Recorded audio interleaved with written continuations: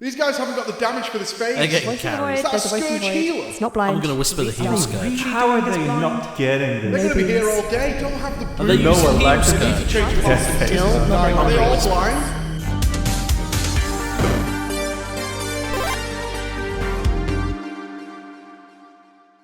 This is it. Since the start of Project MMO, the goal has been to finish the raids. And we're here, guys. We have made it to the raids, but I've got one problem.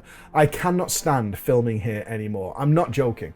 Look, you guys see that background and the displays and all those wonderful things that people have sent us, but to my side, it's just hell on earth. Like, I am absolutely surrounded by stuff. Let's mix it up a bit.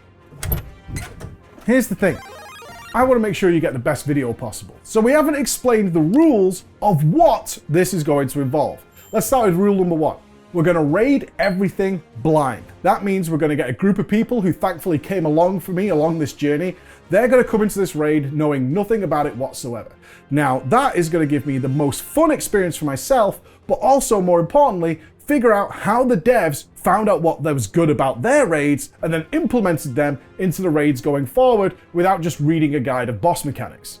The second rule, mistakes. Mistakes are totally fine. We're going to do these bosses using strategies that make sense to us. But one thing we definitely found out after reviews came in of how we did is we did some of these bosses totally different to how the Guild Wars 2 players do them, especially if they've been following a guide or something like that. If you can ever blind raid, really give it a try. It's super fun, and honestly to us, mistakes don't matter. And in fact, they revealed some things about Guild Wars 2 raiding that I had no idea about. So let's get started with Wing 1 of the first raid.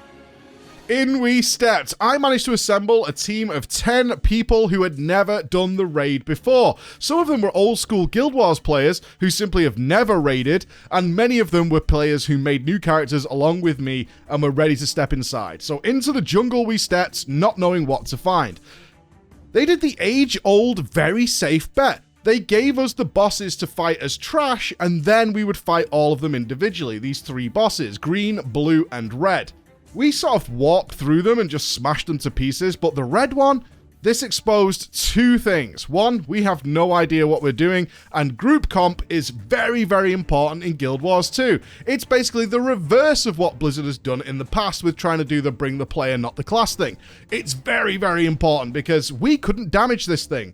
It took us 10 minutes on the trash mob to figure out what to do with this ad. We were dragging it everywhere. It had a 90% damage reduction on it. We didn't know what to do. We dragged it into pools, portals, everything. People just theory crafting out of their minds as to what we were supposed to do here, but we did notice that a couple of people could do some damage. This then revealed conditions. Conditions are essentially damage over time effects. They worked. This entire boss only really takes damage from condition effects. Our group basically had none of that. Oops. So when it actually got to fighting the 3 bosses together, nothing super complicated here. We killed it in a couple of pulls, if not 1 pull, is that we split the group off into 3, left as few people on red as possible, killed the other 2, and then all zerged onto the final one to get the job done. But this is probably going to be a problem going forward that we'll have to think about. It also exposed something we're going to talk about later, which is our lack of understanding of boons, the group-wide buffs. But again, I'll come back to it in a bit. One of the cool things I was hoping for was no trash, the way Final Fantasy XIV has gone in its design, and the fact that the trash of Boss 1 was the bosses themselves, that was something I was kind of excited about. Wrong. Gotta remember, Guild Wars 2 had a lot of the WoW dev team that moved from WoW on to create it, so they like a bit of trash, and goddamn, how do they do trash in Guild Wars? It's a hard mode. Oh man, what a bummer. And then they mixed in this mini jumping puzzle, and this should have been a red flag, guys, for what's coming in the future, is this desperation to try and distinguish themselves from the other big MMOs out there via trash design. This is awful, Arena. If you're watching, this is terrible. Like, nerf this now. I don't care if it's old concept. Like, nerf it now. This is terrible. Stay tuned, it gets really bad. But we moved on to Boss 2, we eventually got there, and this was great. This was actually showing some Guild Wars 2 muscle. This is the beginning of them starting to mix in some stuff that they can do uniquely, and in this time, it was breaking through walls and then diving out and using your glide mastery that you learnt with this expansion in order to float around outside the arena while the floor exploded to get back in. Now, this was a big DPS check boss for us. I mentioned our lack of DPS in the first boss, and this meant that for us, we had to push this to Enrage in order to defeat this boss. And this will be remembered fondly as one of my favorite bosses we did in the entire raid wing, as it was a good learning curve for maximizing uptime, doing things, while still not really understanding why we were doing like a third of the potential damage our characters can do. I'm not underestimating that, by the way. Literally a third of what our damage can potentially be made this into a really tight boss, and I was really surprised when we came back and checked in with the chat afterwards that for them, they believed we would not have killed this boss given our DPS. So, ill tidings as we moved on to the final boss. It's at this point in the raid, I realize I have no idea what's going on. Typically, I expected the raid to be a reflection of the main campaign, the main story. Absolutely not, and I didn't know why we were here, or why a lot of these characters were giving such specific dialogue about an invasion and captured prisoners and all those kinds of things as we approached the final boss. However, they needed to once again teach us the mechanic for the boss, and we could not figure it out.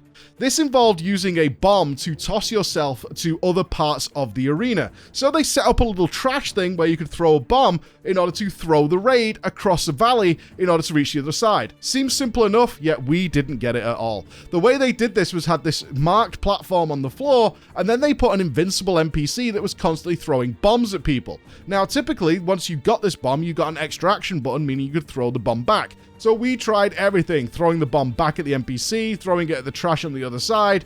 Little did we know we needed to stand on this platform, throw the bomb at it, and throw it over. 5 minutes later, somebody accidentally did it, and there we go, we figured out the mechanic, which is no doubt going to take part in our final boss of Raid Wing 1, which is Sabetha. Approaching Sabetha, you could see the same marked platforms on her platform, indicating for sure we're going to be using this bomb mechanic to get across.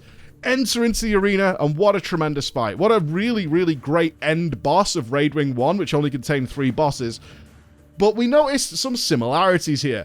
This involved us knocking players off to other platforms to deal with explosive cannons and adds that were on platforms that we couldn't ordinarily reach, the boss dropping flamethrowers, the boss spinning around and dropping bombs on the floor. This might sound awfully familiar, and in fact, if you're watching, it probably seems very familiar to another boss you might have done if you've played World of Warcraft.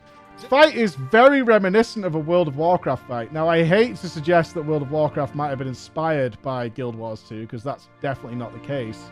I'd have to actually check the years the content came out, but this fight is eerily similar to a World of Warcraft fight. Creepily similar during Warlords of Draenor. Iron Maidens. This boss is almost point for point a take off the Iron Maidens encounter in Blackrock Foundry. I recognized it within 1 or 2 pulls, so that means we're going to need a timeline here. Let's put these 3 games side by side. We've got Guild Wars 2, we've got Final Fantasy XIV, and we've got World of Warcraft. Now, we're setting our start here in November 2015. We are creating a raid for the first time because a lot of people who played the base game were asking for raids, and like me, expected it to be there, and probably made that voice loud and clear. It's like, hey, where are the raids? Can we get raids? Things like that. Now, they released this in November 2015. At that time, over in Final Fantasy XIV, Coils is done, and they've just released in July the Alexander Gordius wing, where Final Fantasy XIV is starting to branch out into its own style. If you watched our coverage of Coils, which is the first raid of Final Fantasy XIV all the way back in 2014, you'll know that it was very much a similar style to World of Warcraft. It was almost point for point how they would do it, and it didn't really work. And it took several raid tiers for Final Fantasy to find its niche and what gave their raiding a particular thing. Now I look at Sabetha, and I'm thinking to myself, hey, I've seen this boss before. It's not exactly the same, but God, is it close. When did Blackrock Foundry came out? Blackrock Foundry, which is the raid containing the Iron Maidens, came out in February 3rd, 2015. Now, I have no doubt these devs were playing still World of Warcraft. They came from there, they probably loved that game, and probably really liked the idea. Now, what this means, though, in summary, and I can't prove for sure that they just, were inspired by it, but the similarities are really in your face, and it's not the first time we're going to see this. Make sure you stay tuned for when this comes back later, is they probably took that idea and started to adapt it into Guild Wars 2, which means the end of Raid Wing 1 gave us, 1, a very safe, simple boss with super basic mechanics, 1 really cool boss where they actually flex their Guild Wars 2 muscles, and then 3, Sabetha, which was a great fight, really enjoyed this fight, but borrowed heavily from an encounter that already existed somewhere else. Which meant that my end of Raid Wing 1 was like, I had fun, I enjoyed it, yet I'm not seeing that creative spark yet. I'm not seeing that bit that's like, this is ours, this is our own. This seems like more of a testing the waters thing. Now, I mentioned Raid Wing 1. That's right, we're going to be seeing these Raid Wings of Raid 1 come out over a 2-year-ish period, like a really long time, which means we're going to get to see how they developed over time their ideas, because they could listen to feedback, they could come back, which meant for me, Raid Wings 2, 3, and 4 were going to be very exciting to see how ArenaNet started to branch in its own thing. So let's jump into Wing 2. Team assembled, into Raid Wing 2 we went. And this is the first sign of the difficulty curve of Guild Wars 2 raids being a bit of a roller coaster.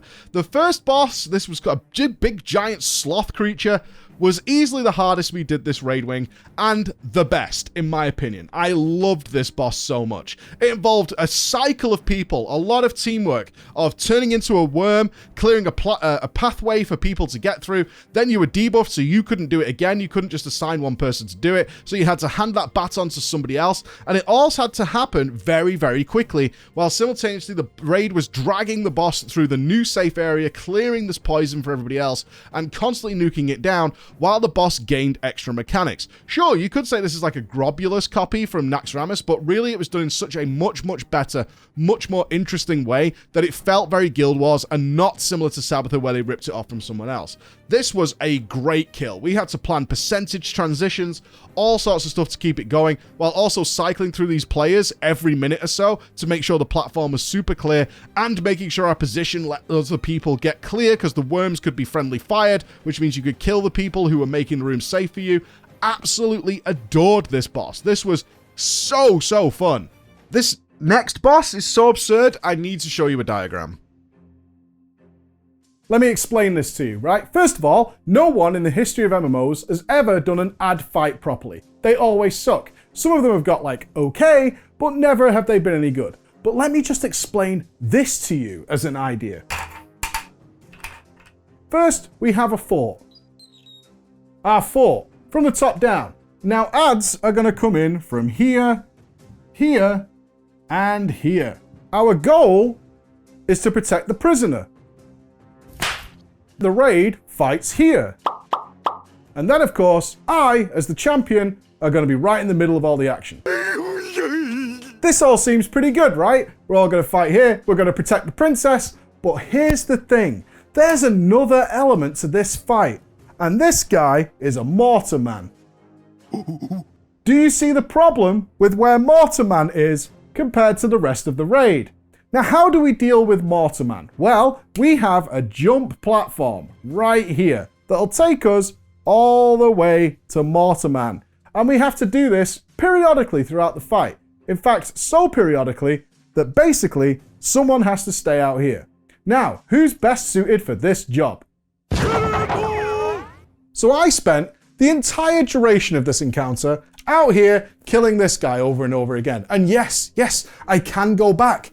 But by the time you do, you have to come back out again to kill him again. So I sat here for 5 minutes while these guys killed bosses. There are bosses in this fight, some mini bosses. Never seen them. Have no idea what they look like. Just chilling out here. And I know that this probably isn't the way you guys do it in the pug world, but it's how we did it because it made sense to us. Ultimately then, I declare this fight G-A-R-B-O.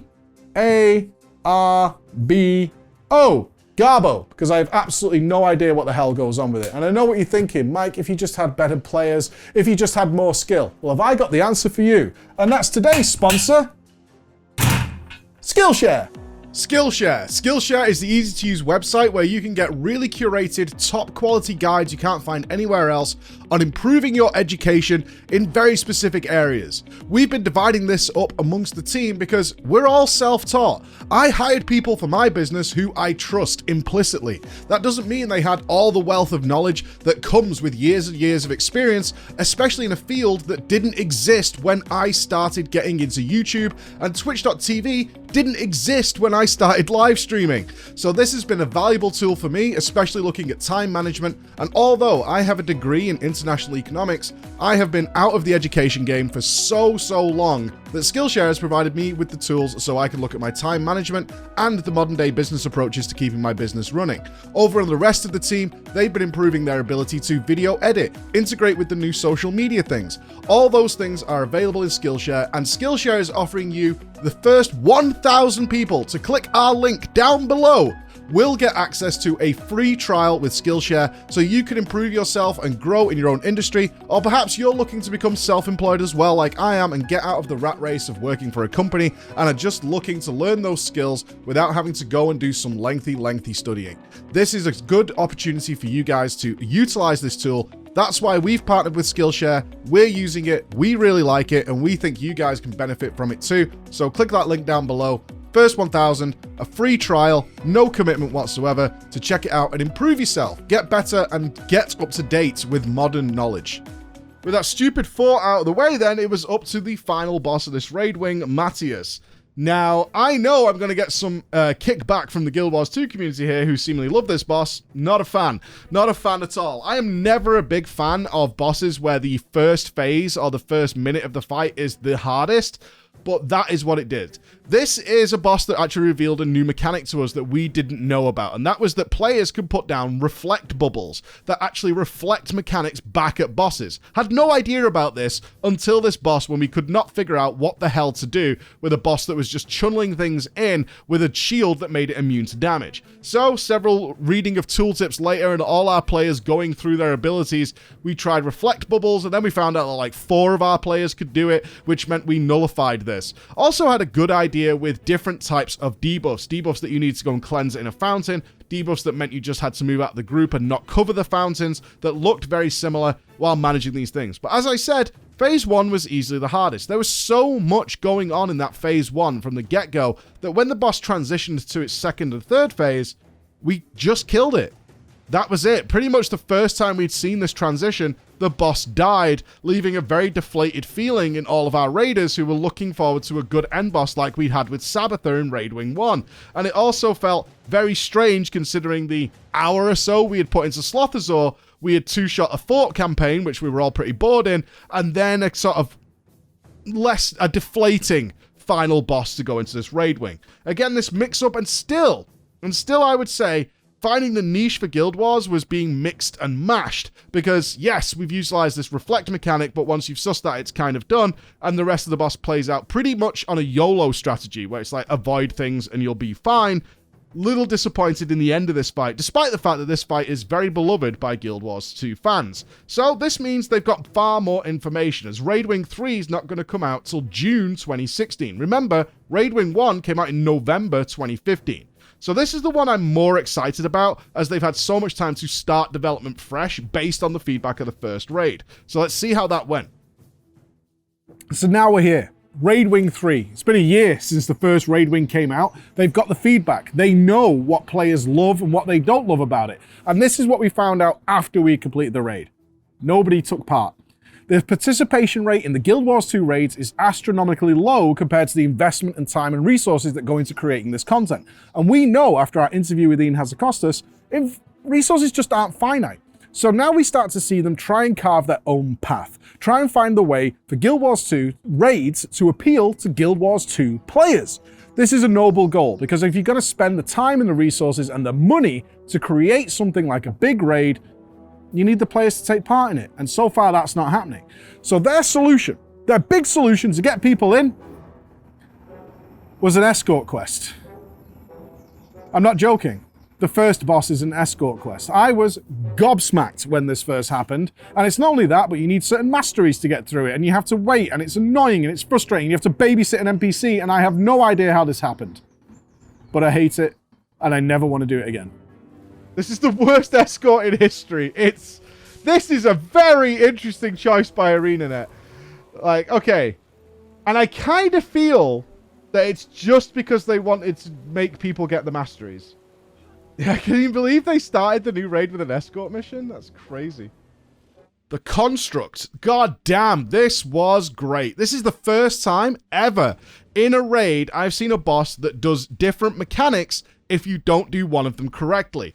This was incredible. We couldn't figure out on our first pull what we were supposed to do, but we got the general idea of not letting these ads charge up and touch each other because they turned into a big giant ad. That was cool. However, the boss just stopped doing its other mechanics until you figured that out. So we wiped, got planned out as to what we were supposed to do, came back in, immediately did it correctly as we would zerg one of them down, only for the boss to start doing totally different mechanics after that, which we then needed to assess and reevaluate. This was great. This is wonderful, and I would like to see more bosses in raids do this, who don't just cycle through all their things. If we look at Final Fantasy XIV, it's often the case of just staying alive for a lot longer so you can see the next order of events, because the raid will play out that way. In this case, it stopped doing the things it was going to do later.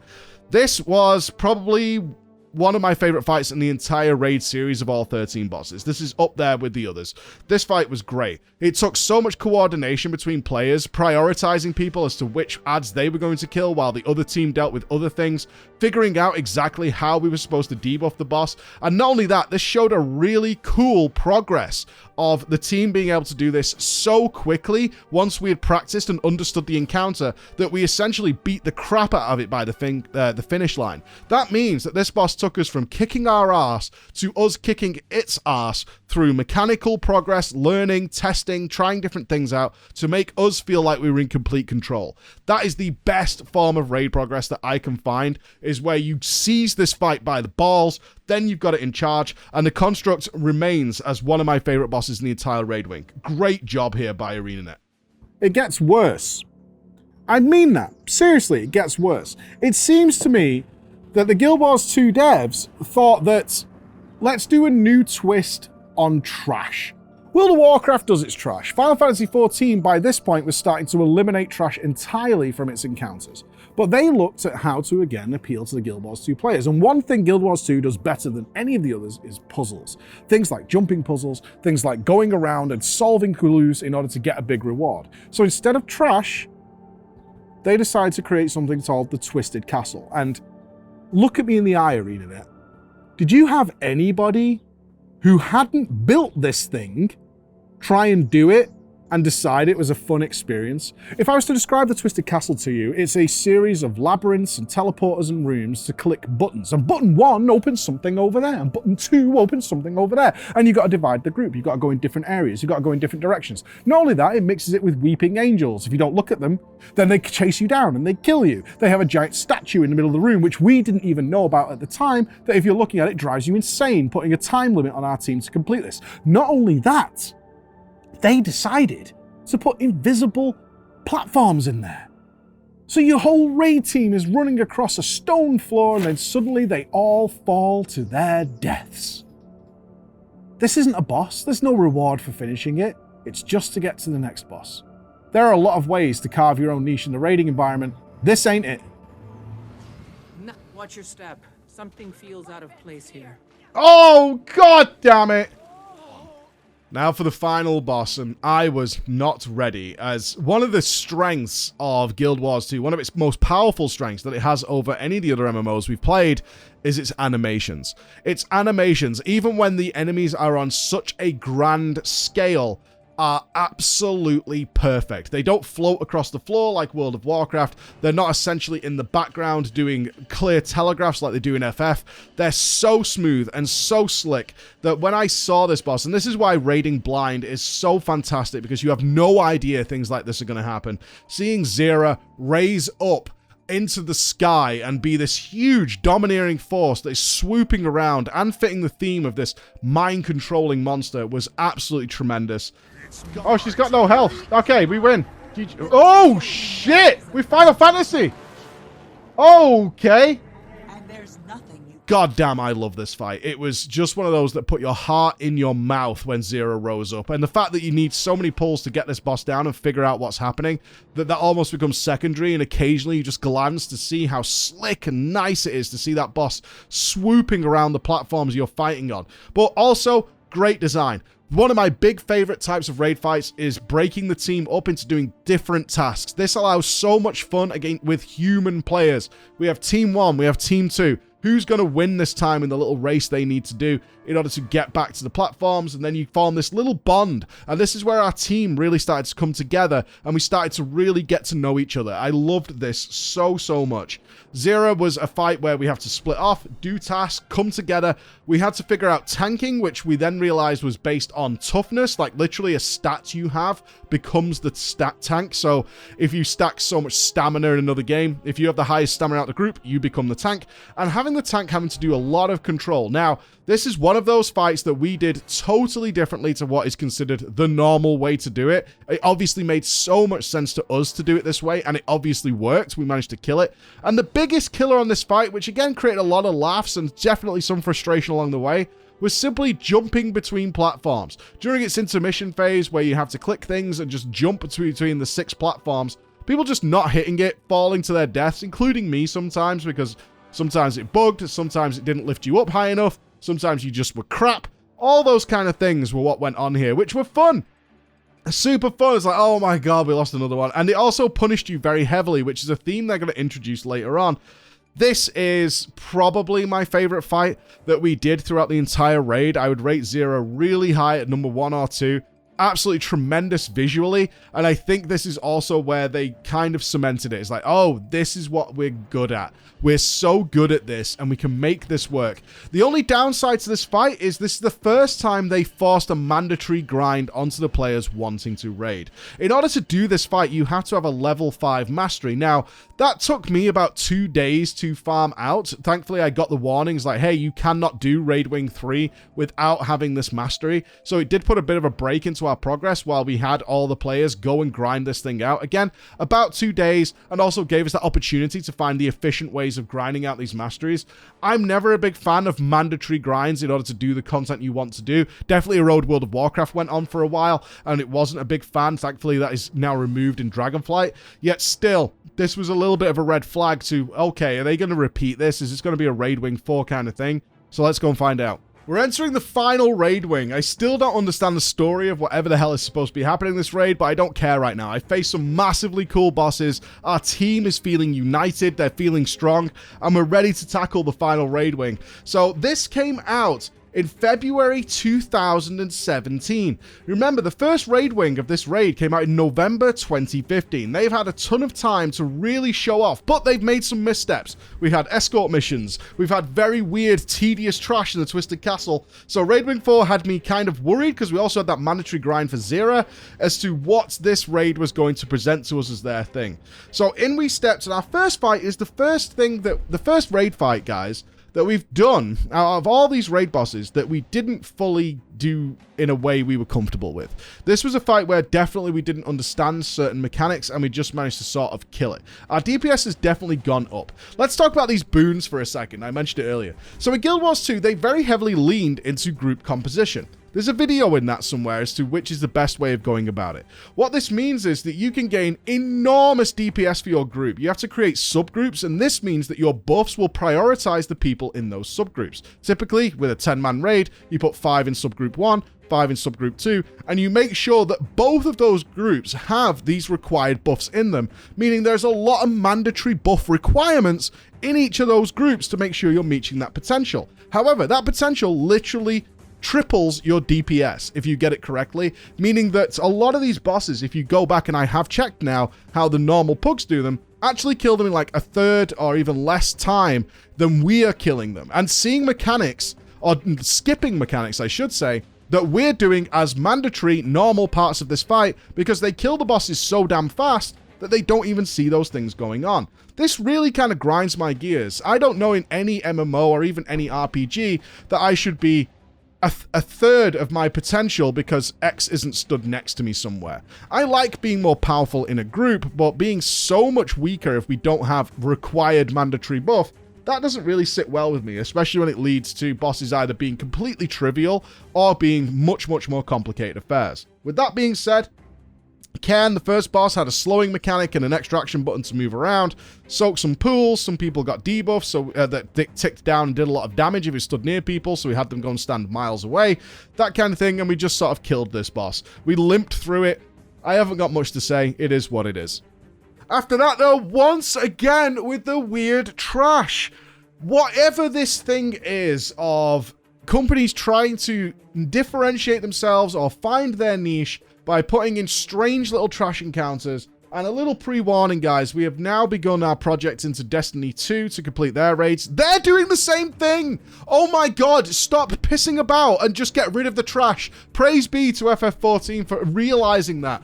Anyway, this one involved finding a shovel and digging through piles of dirt in order to find something that would activate the boss. Not only that, after this boss, there's another thing where you had to dig through rubble piles dotted around the raid in order to find keys located to open a door. It took us like 15 minutes a time just to find and dig through and figure out, it's like, oh, there's dirt piles. Oh, there's a shovel hidden in this prison cell. Maybe we dig through that and all of us going grabbing shovels. It's kind of goofy, but it's also just frustrating. But looking at this, some of you might have flashbacks. That kind of looks like a chessboard or a drafts board. Yes, Karazhan vibes again, as we're about to play essentially what we called chess. I actually do not know the real name of this boss fight. We just called it chess. It's not chess. It's not Karazhan chess. It's similar to drafts more than anything else, or backgammon, not backgammon. Yeah, drafts. But it is what it is. All we have here is a boss that is DPSable, and then we have these pieces, these board pieces that are going to move down the platform, and if they reach the end of the platform, they'll turn into big things, and you don't want that to happen, so we just killed it before it did that by CCing the ads. And that was it. So, yeah. It is what it is. It was a DPS Zerg. Every raid seems to have one at some point. We've got to have that patchwork style thing, and this was that one, and thankfully we did it and moved on with our lives. And oh boy, what was up next? Our boy Samarog. Not a difficult fight. Big beastly encounter, stand behind it, DPS it, kill some spears that fall on the floor, but it's intermission phase. Okay, look, I don't know if you're a seasoned Guild Wars 2 player, but I don't believe so that this mechanic makes sense to you, but actually just get lost. It sucks. This was splitting the boss. The boss, like, retreats and puts a big red shield over itself and spawns two ads, different ads that have a red shield themselves, and they can't be killed. So clearly we have to do something in this arena to break this shield. And it's not in any way obvious. It's not in any way makes any sense. There's also visual bugs, which are really misleading as to what you're supposed to do. We have a big brawly guy, and we have a little weak guy, similar to the Dark Souls 2 twins, or Dark Souls 3 twins. And we're trying to figure out what to do. Now, our obvious implication using all our raid knowledge, yes, we are blind to Guild Wars 2 raiding, but we're raiders from FF, we're raiders from WoW, we've got some raid knowledge. Separate them, bring them together. Maybe we haven't separated them enough. Drop them into the spears that are dropping out the floor to break the shields. Those kinds of things going on. None of that worked. We spent 15 minutes in this intermission just running around trying out different things. Trying to figure out what was going on. Occasionally, the ads would move to a position where the light beam connecting them to the boss would shoot up into the sky. That means they could be DPS'd, right? The link's been broken. Nope, just a visual bug.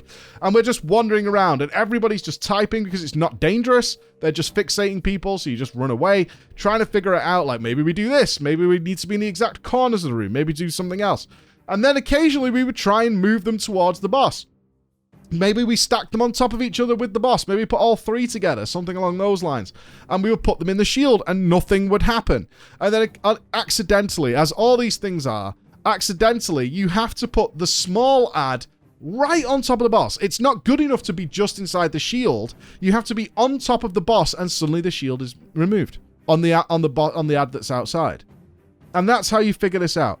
If you're going to do a mechanic like this, the debuffs and buffs on the mobs should give some sort of clue as to what you're supposed to do, because it just gets frustrating. I understand the lust and the desire for a puzzle in a fight, but that puzzle should have clues. All good puzzles have clues. Sudoku has clues, right? All these things have clues as to how you're supposed to figure things out. Now, there may be some sort of note or something dotted around the instance that we didn't see that does give a clue, but we never found it. And ended up just running around. And ultimately, once we figured that out, the boss died the next pull. It was just one of those weird things, and a good lesson for everybody to learn here is, if you're gonna do a puzzle mechanic, you're gonna have that, you need clues. Something to be able to give the players a general idea of something they can try, especially if you can risk visual bugs that give wrong clues. But that was the third boss, which we thought was the final boss, and we killed it, and we were obviously very disappointed given what I just said.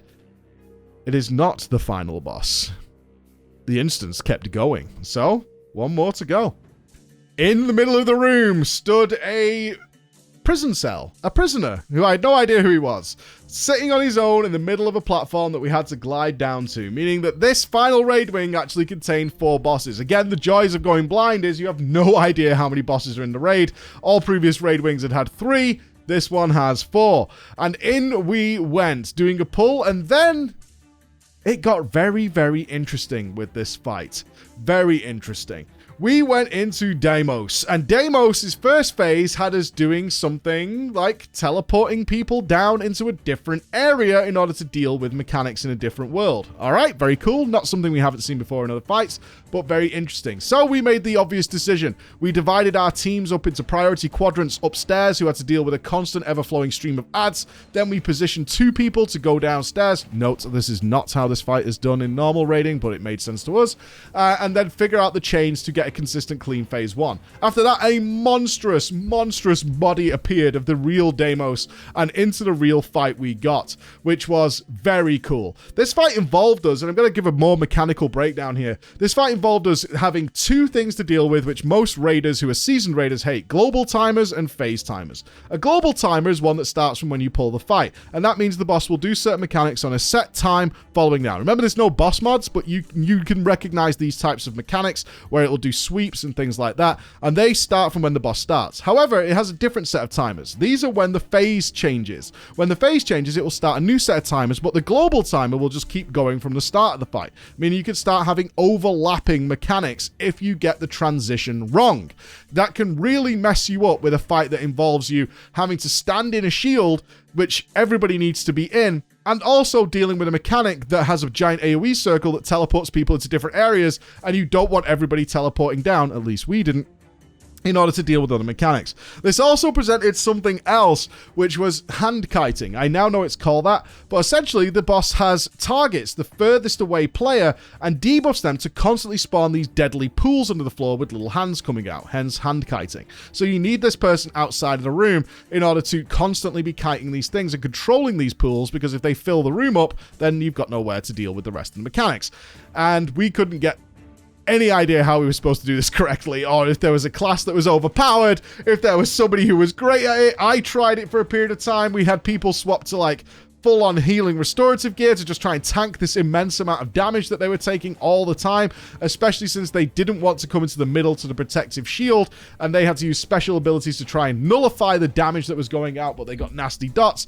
It was a hell of a thing. Guys, we spent 7 hours on this boss, and I want to give massive shout-outs to the raid team that joined us for that fight, because we had no idea this boss existed, because we'd done 3 other bosses, and then proceeded to end up raiding. We weren't 7 hours on this boss, but we raided 7 hours that day, and a huge majority of that was on Deimos, and definitely tiredness sinked in. Just as a spoiler warning, yes, we spent 7 hours raiding Raid Wing 4, did not kill Deimos by the end. We had it on 15%, but it just got too late to keep going. We killed it in 2 pulls the next day, and a couple of those players could not join us the next day because they had work. Really shout outs to those heroes who stuck it out for 7 hours and desperately wanted that kill. We finished the raid because time ran out, not because people wanted to give up. And then we walked in and killed it after being fresh the next day in just a couple of pulls. It is one of those things. But this was a difficult fight. This was the most punishing fight I'd seen ArenaNet do so far, in terms of there was tons of mechanics that you simply couldn't res people from. If they made a mistake, that was it. They were out of the fight, meaning that you were constantly falling behind, which meant our chain of events with these timers kept desyncing from what we knew and felt like that was the best way, and we ended up with mechanics that were just happening at the same time, and that became a big problem. Not only that, and this might have started to look familiar to you guys watching the footage, this boss has Defile. Now, get this. This is to my World of Warcraft bros out there. In the Guild Wars 2 community, they've tried to change the name of this mechanic. This is the Lich King. A lot of this fight is based on the Lich King. You go down into another platform like you would do with Frostmourne, or similar to the Anduin encounter, which is very much Lich King inspired. And it also has Defile, and it also has other things like spirits floating in and things like that. It's very Lich King inspired, and that's fine. Lich King is a great fight from Wrath of the Lich King. Absolutely no problem with that whatsoever. But this is Defile, which means the boss drops a pool on the floor, and if you stand in it, it spreads. It's called Defile. It's been called Defile since Wrath of the Lich King, which is, 2009? This fight did not come out until 2017, but in the Guild Wars 2 community, they call it Oil. They are wrong, they are incorrect, they are disturbed individuals, and it will always be Defile from now until the end of time. That is what it's going to be. This fight was great. This fight was really, really great. Once we started maximizing our DPS a little bit more and started to actually get comfortable so we weren't losing people along the way due to tiredness, the fight got very consistent and we were able to see a lot of it. Weird thing, though. Weird thing. I talk about the Xera encounter in Wing 3, which is my favorite, especially when it went to that grandiose style encounter where the boss just looked immense and powerful and so cool, and that animation was incredible. Yet that wasn't utilized at all in Wing 4, which was really surprising because I have to imagine the community feedback was great, but they didn't do it.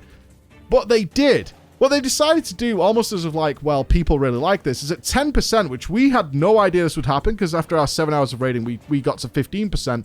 At 10%, the boss transitions into a brand new phase where it once again becomes Xera style huge. And I was like, oh my god, this is turning into something else. This is actually, we've only beaten phase 2 of this fight. That's how we felt. But the boss only has 10% HP, and for whatever weird reason, they created a whole new phase of this encounter in an entirely new environment and didn't buff its HP. Like any other raiders, any other raid design would have this boss go to 30, 40, or 50% HP to deal with a brand new phase, and they just didn't, which meant the boss died our very first time seeing this, and what a waste. What an absolute waste. Very strange decision by ArenaNet to create this whole new phase. Almost felt like they had to, and perhaps in challenge mode it's a bit different. You can do a hard mode version of these fights, which we will be checking out in the future. But very odd to have it transition and halt the raid while this happens. This big, enormous monster comes out, and you don't give it any health, so you melt that HP away in just a matter of seconds. And that was a very odd decision for the finale of this. And it was one of those things where this was a great fight. We felt so good. We had to get so coordinated. The team had to work as one. And then you had this finale. Very odd, but definitely in theme with Guild Wars 2's first attempt at a raid. Invulnerable? What? Whoa, whoa, whoa, whoa, whoa! What's going on? Is this only phase 2? You have no power over me. Watch what's happening. Look around you. Look around you. What's happening? Do we have another phase? Oh shit! It is Lich King. Oh my god! Are you fucking kidding me? Defile. That's got to be Defile. That has to be Defile. Stay out of it. Watch for pools to soak. We still need to kite. We still need to kite. We still need to soak pools.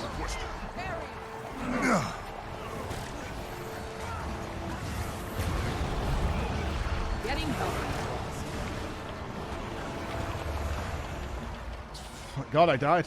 Let's get to it. He's dead! That brings us to the end of the first raid in Guild Wars 2. It has been an amazing adventure. It doesn't end there. I have finished Heart of Thorns now, but I'm absolutely continuing to play this game. Honestly, if you are into MMOs of any sort, and you have just judged Guild Wars 2 like I did, I'm not blaming you, as just another WoW clone or an FF14 copy, you're missing out. This game is well worth checking out, and so much of it is free, it's well worth it.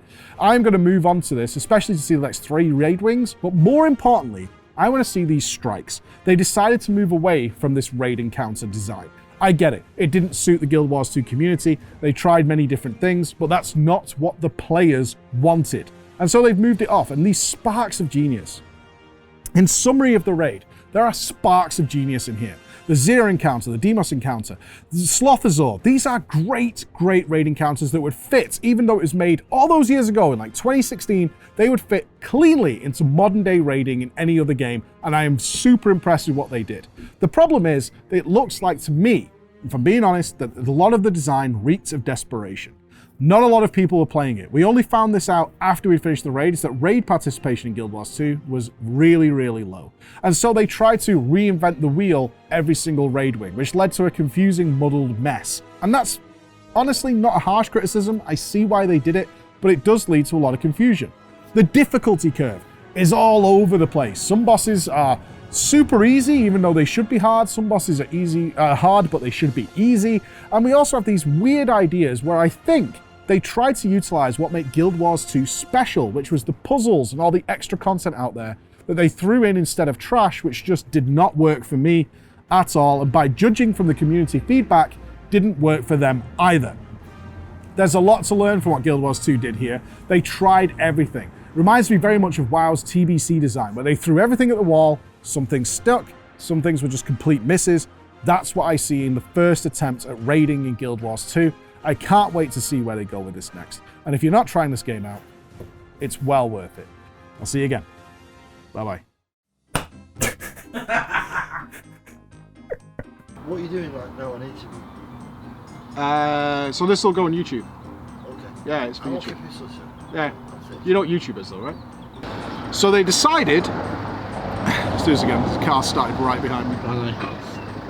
Don't mind that. I know as soon as it starts on, he's going to pull out. There's zero doubt in my mind that would happen. Yeah, yeah. That's what it is. I'm going to finish my beer at this rate. Fucking smash. So, Raid Wing 3. Let me tell you about Escort. The Twisted Castle's a pain in the ass. Okay, summary. 3. I hope so, I get paid for it. Some things hit, some things didn't. Similar with World of Warcraft's design of the Burning Crusade. Do that bit again, eh, Chris? Maybe.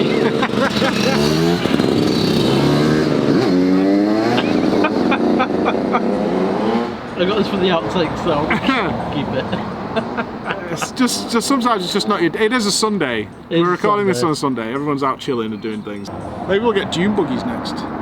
Yeah. Maybe a monster truck or something. That'll be good. Yeah. Alright. 3, 2. I'm drunk now. I've had half a beer, dude. I'm fucked. I don't drink anymore. This is it. 3, 2, 1.